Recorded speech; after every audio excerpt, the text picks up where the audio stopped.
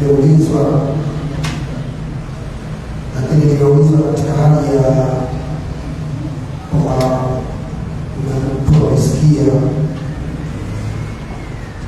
kwamba mwanamke akiwa katika siku zake anaruhusiwa kuswali, kwamba na Muislamu asikie kwamba amesikia katika sehemu aliyosikia kwa mwanamke akiwa katika siku zake basi anaruhusiwa kuswali. Sasa jambo ambalo tunatakiwa tulifahamu na tuweke wazi kwa Waislamu na kwa wanawake wa Kiislamu kwamba Uislamu umefafanua kila kitu na kila kitu kimewekwa wazi. Kila kitu kimewekwa wazi na kila kitu kimeelezwa. Hivyo Muislamu atakiwa Uislamu wake aupeleke vile ambavyo Mtume sallallahu alaihi wasallam amefundisha. Katika mambo ambayo inampitia mwanamke katika maisha yake anapobalighi ni kuingia katika siku. Anapoingia katika siku mwanamke, basi Uislamu umemwangalia na umemtizama na umemwekea utaratibu maalum. Muislamu huyu mwanamke anapokuwa katika siku zake, kuna baadhi ya ibada mwanamke amezuiliwa na sheria. Uislamu umemzuia kwamba ukiwa katika hali hii usiingie katika ibada hii.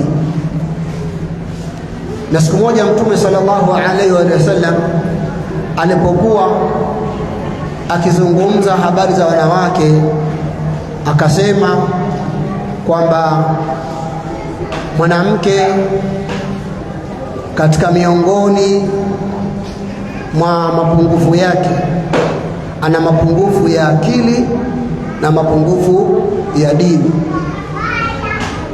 Ana mapungufu ya akili na mapungufu ya dini.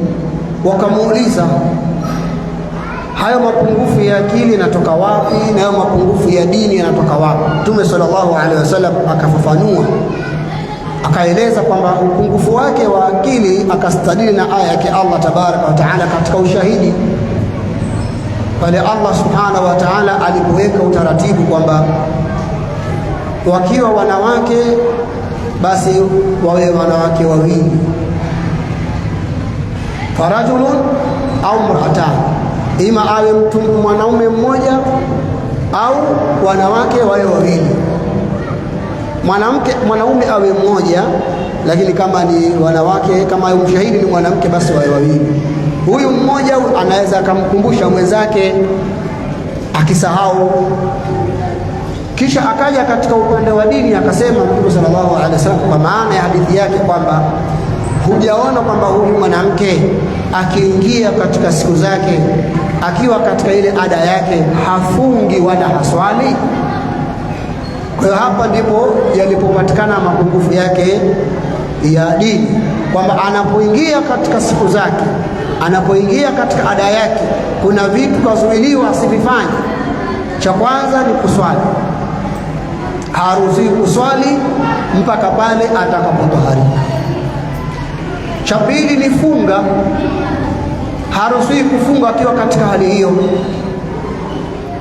kama alivyosema mama Aisha radhiallahu anha katika maneno yake aliposema, kunna nu'maru biqada'i as-sawmi wala nu'maru biqada'i as-salah, au kama qalat hiya, tulikuwa sisi tukiamrishwa na Mtume sallallahu alaihi wasallam tunapoingia katika siku zetu na ada zetu, tulikuwa tukiamrishwa tuje tuzilipe hizi funga. Ikiwa mwanamke ameingia katika mwezi wa Ramadhani, ameingia katika siku zake, hatakiwa asifunge. Kwa hiyo walikuwa sema tulikuwa tukiamrishwa sisi tuzilipe hizi funga tunapotaharika, lakini hatuamrishwi sisi kulipa swala. Hii inamaanisha kwamba mwanamke wa Kiislamu akiingia katika ada yake haruhusiwi kufunga wala haruhusiwi kuswali. Kwa hiyo ni jambo ambalo liko dhahiri na linafahamika.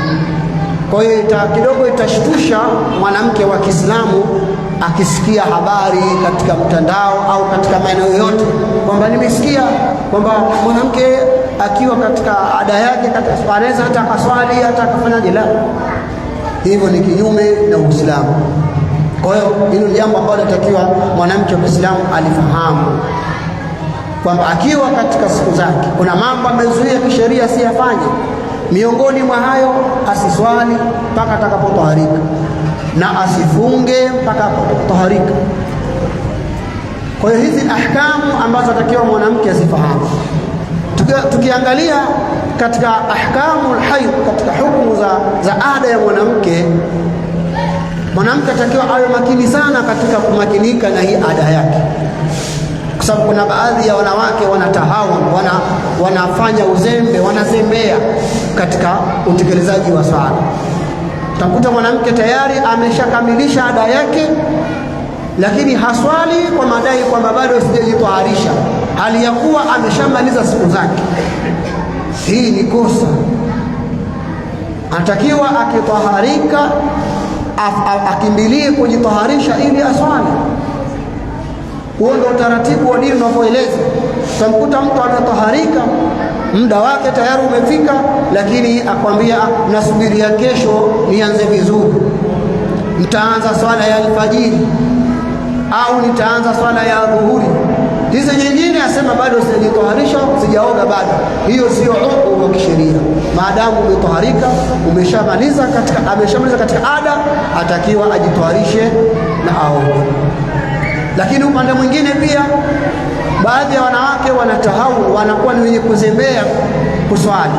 Muda wa swala umefika, hashughuliki na swala mpaka mara tahamaki anajikuta ameingia katika siku. Lakini wakati anaingia katika ada yake, kuna swala huko ambaye hakuiswali, ambapo alikuwa kuna uwezekano yeye kuiswali. Basi swala hii ambayo yeye hakuiswali, kwa sababu ikiwa ni adhuhuri ile akazembea zembea mpaka imefika saa 7:30 au saa 7:40, akajiwa na ile hali ya ada yake, huyo ajue kwamba kuna swala ya dhuhuri hakuiswali. Akishatoharika hiyo siku, akishatoharika hiyo, atakiwa aje aiswali hii swala ya dhuhuri. Hakuiswali swala ya dhuhuri kipindi kile kwa uzembe, kwa kuzembea, lakini ilikuwa bado muda unamruhusu, yani yeye alikuwa bado ana uwezo wa kuvuta kutokana na wakati. Kwa mathalan swala ya Isha, kwamba swala ya Isha huingia pengine saa 1. Kwa hiyo saa 1 ile mpaka imefika saa 2 akaingia katika siku, bado yupo katika wakati wa swala ya Isha huyo, lakini ameingia katika ada yake. Huyu atakiwa akishamaliza ada yake ile, basi aje aiswali hii swala ya Isha, kwa sababu hakuiswali, aliingia katika siku hali ya kuwa tayari yuko ndani ya muda wa swala. Kwa hiyo haya ni mambo ambayo wanawake watakiwa wayafahamu, ili kwa ajili ya kuhifadhi swala, kwa sababu wana tabia sana ya kuzembea katika swala, kabla ya kuingia na baada ya kuingia. Ni vitu ambavyo watakiwa vifahamu. Ama swala la kusoma Qur'ani, hili swala maulama, jamhurul ulama, jopo la wanazuoni kama vile Hanafia, Shafiia na Hanabila, wao wameeleza uharamu kwamba mwanamke akiwa katika ada yake ni haramu yeye kusoma Qur'ani. Lakini kuna hawa Malikia ambao wameeleza kwamba hili jambo si tatizo ikiwa kuna mazingira fulani, kama vile kuhifadhi, amehifadhi Qur'ani. Sasa kwa ule muda atakaokaa siku 7, mwingine anakaa wiki 2, itakuwa amezisahau, basi anaweza kasoma kwa lengo la kuzikariri zile zisije zikapotea, au pengine ni mwalimu anasomesha, au kwa ajili ya kusoma, au kwa kofia kwamba atazisahau.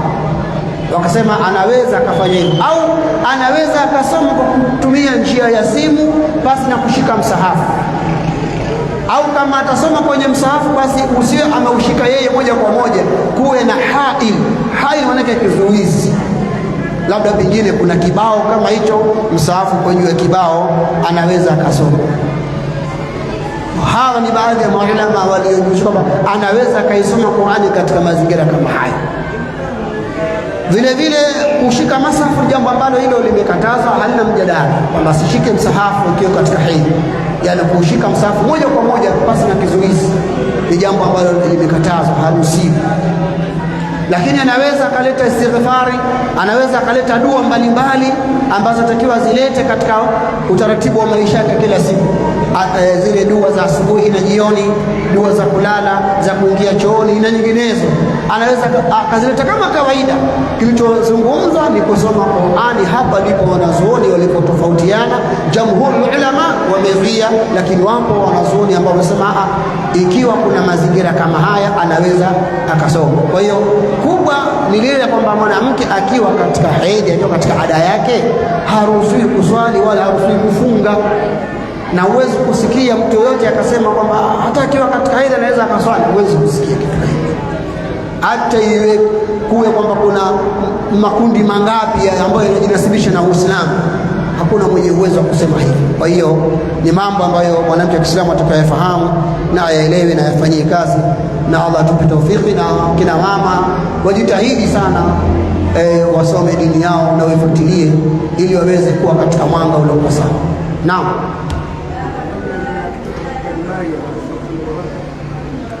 Naam, akiwa katika janaba huruhusiwi kusoma Qur'an mpaka ule atakapojitaharisha. Jitaharishe kwanza, baada ya hapo sasa ndio utasoma Qur'an. Naam. Kwa hiyo haruhusiwi kusoma hata zile adhkari za usiku, ikiwa labda ametoka kufanya jima'i, hajasoma adhkari zile, akasikia uvivu kuoga soma alfajiri. Sasa katika upande wa adhkari anaruhusiwa kusoma hata kama ana janaba, sababu zile ni adhkari alwarida zilizopokelewa ambazo takiwa yeye azisome, azilete katika tendo husika, kama kuingia chooni, kutoka, kuvaa nguo, kutoka nyumbani, kurudi, kulala. Hizo anaweza akazisoma kama kawaida, kwa sababu Mtume sallallahu alaihi wasallam imepokelewa kwamba yeye kuna wakati alilala na janaba mpaka asubuhi. Sasa Mtume sallallahu alaihi wasallam yeye ndo katufundisha dua mbalimbali za kulala na nini, takuwa yeye vile vile amezisoma na alikuwa yuko na janaba. Kwa hiyo mtu akiwa na janaba, hizi adhkari mbalimbali anaweza akazileta kwa sababu ni warida, zimepokelewa. Lakini tu kule kufanya zile adhkari hasa kusoma Qur'ani, uswali, mambo hayo amezuia mpaka pale atakapojitaharisha. Hizi adhkari za usiku kwamba mtu atakaposoma ni lazima ajue amejistiri. Mathalan kuna mwingine yuko kitandani ikawa amevaa boxer tu, lakini magoti yako wazi, hili halina shida. Stara kama hiyo haina shida, kwa sababu uko kitandani kwa ajili ya kulala, umepunguza nguo, na baadhi ya nguo unazileta, unaweza ukazileta hizo adhkari, wala haina shida, kwa sababu hapo umejistiri. Sababu ni muda wa kulala. Muda wa kulala umeelezwa katika Qur'ani, Allah ameeleza kwamba ni muda wa kupunguza nguo. Kwa hiyo haina shida, maadamu umevaa zile za stara za kulala, unaweza ukaleta. Lakini pia kulala bila kujistiri nao ni si jambo zuri, si jambo zuri. Kama unalala uchi hujavaa nguo, inalo sio jambo zuri. Jistiri, ulale.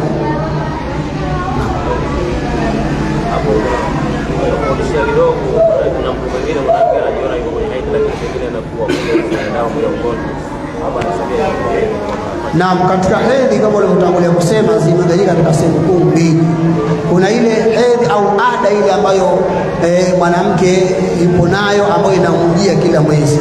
Alafu kuna mwingine ana maradhi ya damu ambayo inaitwa istihadha katika lugha ya kitaalamu ya kisheria, istihadha. Sasa hawa hukumu zao ni tofauti.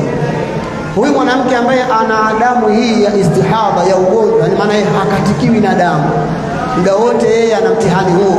Huyu hizi hukumu tunazozieleza hapa zinamuepuka katika hali fulani.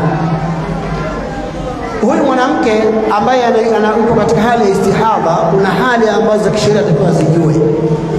Hali ya kwanza, atakiwa ikiwa kabla ya kupata lile tatizo alikuwa na siku zake kama kawaida, anazijua kwamba tarehe fulani ndio inaingia siku zangu, baadaye ndo akapata haya matatizo. Kwa hiyo atakiwa zikifika zile tarehe zake, zile siku zile, ajizuie na hayo, ajizuie na hayo, zile siku ambazo anazijua kwamba mimi mwanzoni kabla ile tatizo nilikuwa nakaa siku 3 au siku 5, alafu ndio nataharika. Basi katika hii hali yake istihadha, ataziangalia zile siku zake ambazo alikuwa anazokaa kipindi hicho, zile tarehe zile zikivuka zile, sasa huyo ametoka katika hedhi, yuko katika istihadha, ataswali, atafunga. Cha msingi tu ni kujitaharisha na kujiweka sawa na kuendelea na ibada zake. Hali ya pili ni yule ambaye kwamba hili tatizo alivyoingia tu katika utaratibu wa hedhi ikawa ni moja kwa moja, alipoanza tu kuingia katika ada, basi ni haijawahi kukata tena. Hapa nako kuna hali mbili. Hali ya kwanza ambayo takiwa aiangalie hapa, ile damu ya ada huwa ina sifa zake, huwa ina nini? Ina sifa zake. Kwa hiyo anataka kuangalia huyu mwanamke, ataangalia kwamba kuna siku akichunguza ile damu iko tofauti na siku nyingine, ina sifa ya damu ya ada ya hedhi, basi atajizuia na kuswali na kufunga na yale yaliyozuiliwa wakati wa hedhi, kwa kile kipindi ambacho ataiona ile hali ya damu, mpaka ile hali ya damu ya hedhi iliyozoeleka ikiwa imeondokea na kuja damu nyingine ya kawaida. Sasa ile itakuwa ni istihadha. Hiyo ni hali ya kwanza. Hali ya pili, damu yake wala haina dalili zozote za kuonyesha kwamba hii ni damu ya hedhi, toka ingie yeye ni hivyo tu moja kwa moja, wala ile damu hakuna hata kipindi kimoja ambacho itakuwa inajifafanua kwamba hii ni damu ya hedhi. Sasa huyu atakiwa aangalie ada ya wanawake wanakaa muda gani katika hedhi zao. Aghlabu ya wanawake ni siku 7. Kwa hiyo atatenga siku 7 kila mwezi kwamba hizi ni siku ambazo ni sababu mimi ni hedhi. Baada ya hapo inakuwa ni istihadha, anaendelea na mambo yale yanotakiwa kama kawaida, swala, funga na mambo mengine. Mfahamiana? Naam. Shukrani. Nimesahau zima.